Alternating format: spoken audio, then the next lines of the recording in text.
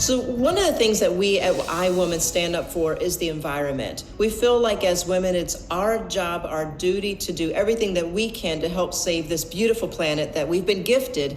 And we're always happy to collaborate and work with other organizations who feel similarly compelled to do the same. One such organization is our partner organization, Pure Earth, who we have partnered with to do this amazing event on March 8th to kick off International Day of the Woman. And the event is the Force of Nature event. So joining me right now is Lara Crampe, who is the Vice President of International Relations for Pure Earth, to talk a little bit about this event that's coming up on March 8th, and also what Pure Earth stands for. So Lara, thank you so much for being a part of this year and for joining us today on iWoman.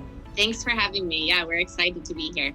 So talk to us a little bit. Not everyone knows what Pure Earth is. I think the name speaks for itself, but what is Pure Earth? We're an international organization that has been working for about 20 years all around the world in finding solutions to pollution. The reason that we do this is that in most countries, pollution is affecting people that are not the ones causing the pollution. It's a little bit different than what we might think when we think about pollution here in the US. We think about some big industry polluting the environment.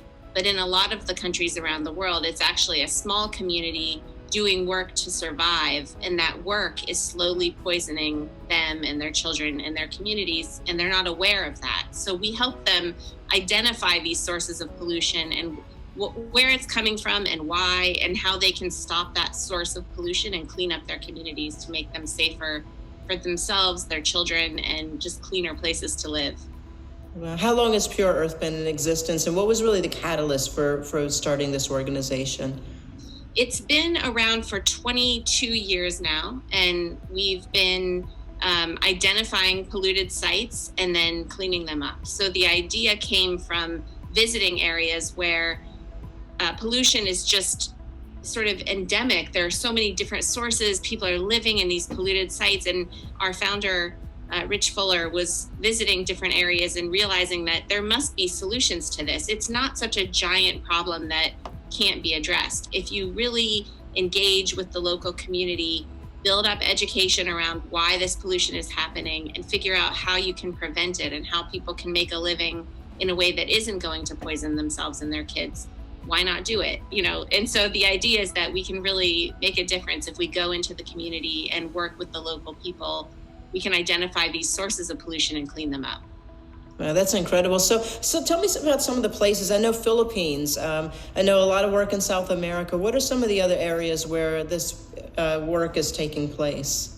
We're doing really great work, especially in our women's programs in Mexico right now. We have a Circle of Women program that works with women who make traditional pottery, and they're teaching others to not use lead in the glaze of their pottery. We also have some great women's programs happening in Indonesia, where we work with women gold miners. So helping them make a living without using mercury. And so they're reducing the effects of mercury getting into the oceans and the fish and the sushi that all of us eat, but also then being able to get fair prices for the jewelry that they're able to produce with that gold. How receptive are these communities and these workers to the education that you're exposing them to? Very, and we do work with local communities to both develop that education and then to roll it out. So we're hiring local people, we're working in the local community. So the idea is that we want the education to be something that is coming from them. So they're helping us develop it, and then they're also the ones that are doing that teaching. And so some of that work that's happening, that Lara Ibanez in the Philippines that you were talking to, some of the work that she's doing is really directly working with local healthcare workers, local fisher folk, local women, to make that difference in their community. When you really break it down, you think about it, and some of the statistics I read, especially around lead, it really is something that should be all of our concern. It hasn't been that long since just in our own country that we've started making, lead a thing, and really realizing that we were polluting ourselves, as women, as mothers. The last thing we want to do is expose our children to something that can be toxic and harmful and cause brain damage. Yet in many areas, just because of lack of information, they were who are exposing their children to alarming levels of lead. Yeah, exactly. And that's why we find that it's so helpful to work with women in these communities, because they're so receptive, and because women are so adversely affected by pollution, both because of their traditional gender roles. So a lot of times they're working in dangerous industries that are involved with pollution, but then they have their kids right beside them because they have to bring them along with them on their work sites, or they're doing some dangerous work and working with lead or mercury, and then coming home and fixing the food for the family. And so unknowingly bringing that pollution into their home. So they're very receptive when they find out that this is happening. They want to fix it. They don't want their kids to be exposed to these toxics. They don't want themselves to be exposed. And we're really worried about the effects of pollution on women, and getting that message out, because we know if we can share that message with women, that they will internalize that and prevent that from spreading. Wow, well, it's incredible work that you're doing. So talk to me about this March 8th event. It's the Force of Nature event, and you'll be recognizing some of these women who are combating pollution and toxic poisoning around the world. Yeah, we're really excited about this. This is our first International Women's Day luncheon. So it's our Force of Nature Luncheon, and we're going to be honoring 3 women that are working in different ways to fight pollution around the world. And so they'll talk about what it is that they're doing to fight pollution. We'll talk about some of our great programs that are running all around the world, like I said. And also we are going to have a pop-up shop that lets people buy, for example, sponsoring for a kid to get their lead levels fixed, or for lead-free glaze for women that are making pottery in Mexico, or to sponsor a community to have clean water. So we're really excited about the opportunity and a way that we can engage people online, which is new for us. So we can really get more people around the table. Literally, instead of having a luncheon in person, we can have a luncheon that involves people all around the world. So we're really excited about being able to have some of our international colleagues honored at this event as well. Yeah, I'm really excited to be partnering with you all and helping to bring this event to life this year through our collaboration with Catscape Productions, our production arm, and iWoman TV. We celebrate women, and you said earlier, these are women who have been the solution to pollution. I like that, and we all should be the solution to pollution.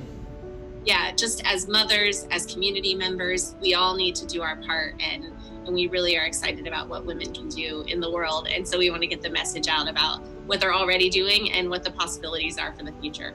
Awesome. So March 8th, 12 p.m. You can find out more at pureearth.org. If people want to get involved and do more, they want to volunteer or they want to be a part of this event or anything, how can they find out more information about Pure Earth? And sometimes people get caught up in trying to do something big, but what are some of the littlest things that you can even do to make a big difference? There are small things. I mean, obviously, you can come to our website, you can sign up, you can get more information there. But in your own lives, you can ask questions. You can look at, where are the products coming from that I'm bringing into my home? Where is the food grown that I'm feeding to my kids? Asking questions, pushing others to ask questions, finding out the sources of pollution, both in your community and in the foods and in the products that we eat and that we consume, because that a lot of times ties back to the pollution that's happening all around the world in other communities. It's not just the mercury in sushi, it's also lead that's coming up in baby food, or it's things added to spices that we're getting in our teas. And so we really need to be asking questions and doing research and making sure that we're protecting not only ourselves, but in the long term, protecting women overseas that are also working in these industries. Yeah, sometimes it's just the inconvenient truth, that we have to embrace and do something about it. It's not always convenient to make change, but it's necessary. Yeah, ask a lot of questions. Thank you so much for joining us, and thank you for doing this amazing, heartfelt, much-needed work out there. And we salute you. Happy Women's Day. Happy International Women's Month. And please continue to do this powerful, impactful work on behalf of women and men everywhere.